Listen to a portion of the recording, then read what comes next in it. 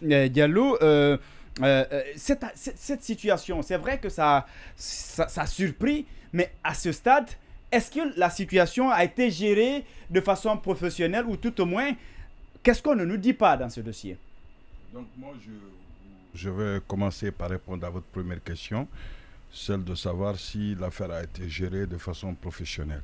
Moi, je pense que non, il n'y a pas une gestion très professionnelle de cette crise parce que les forces spéciales qui avaient quand même une formation pour des situations pareilles pouvaient régler ce problème sans beaucoup inquiéter.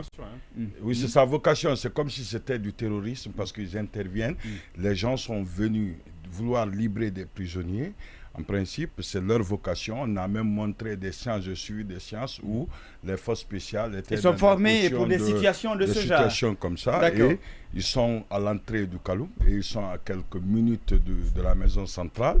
Je pense que s'ils avaient intervenu, d'ailleurs, sur leurs équipements, on a montré, ils disposent des fusils avec des lunettes laser, des lunettes laser même.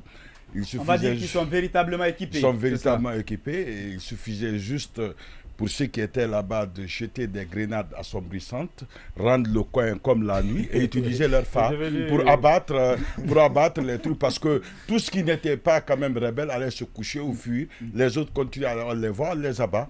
Parce que ce qui est sûr, on ne sait pas combien de personnes sont venues et peut-être ils n'atteignent pas 10 ou ils atteignent 20. Parce que à vouloir dire qu'ils sont rentrés pendant que c'était sécurisé, ce n'est pas aussi sûr que ça.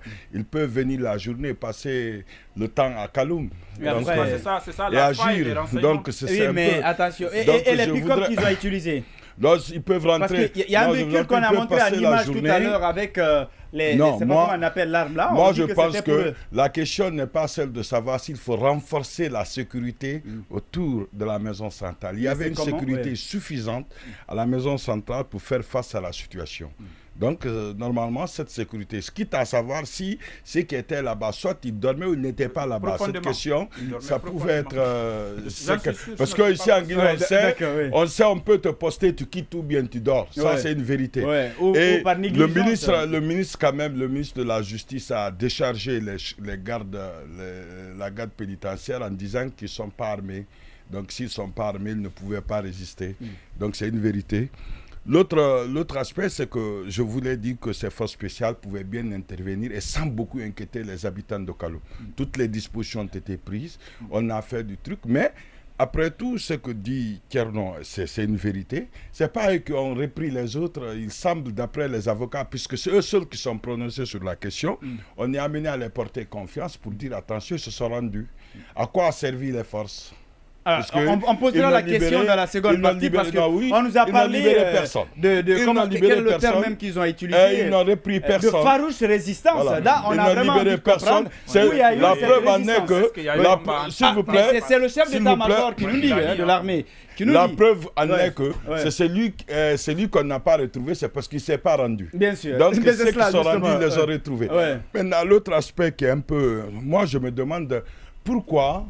les Dadis et les Tchèques agiront contre eux-mêmes. Ça, quand même, cette question donne à réfléchir.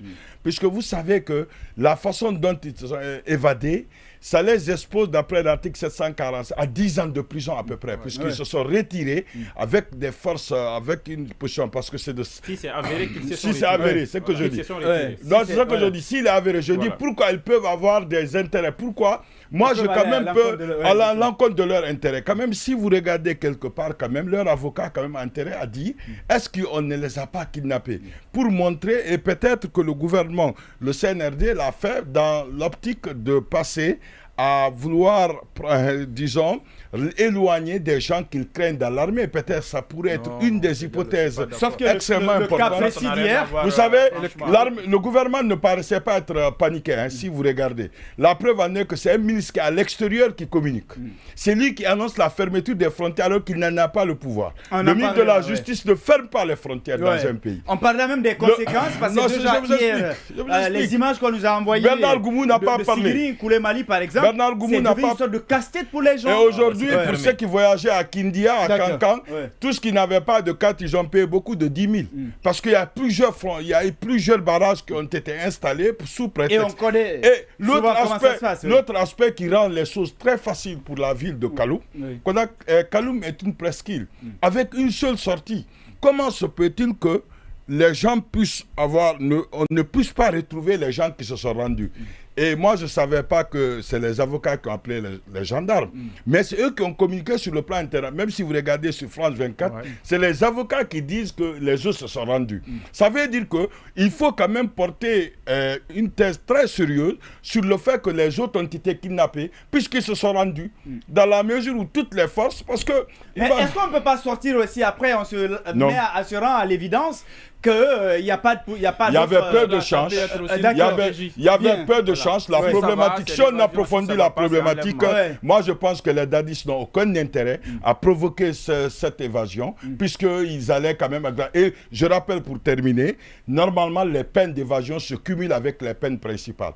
Prenons que par exemple, prenons Raphaël Sesséaba, qui peut avoir une chance de sortie dans ce procès, parce qu'on a montré, en réalité, il n'a pas été lié. Non, c'est un exemple que je crois. S'il s'était tenté de s'évader, il allait avoir 10 ans de prison.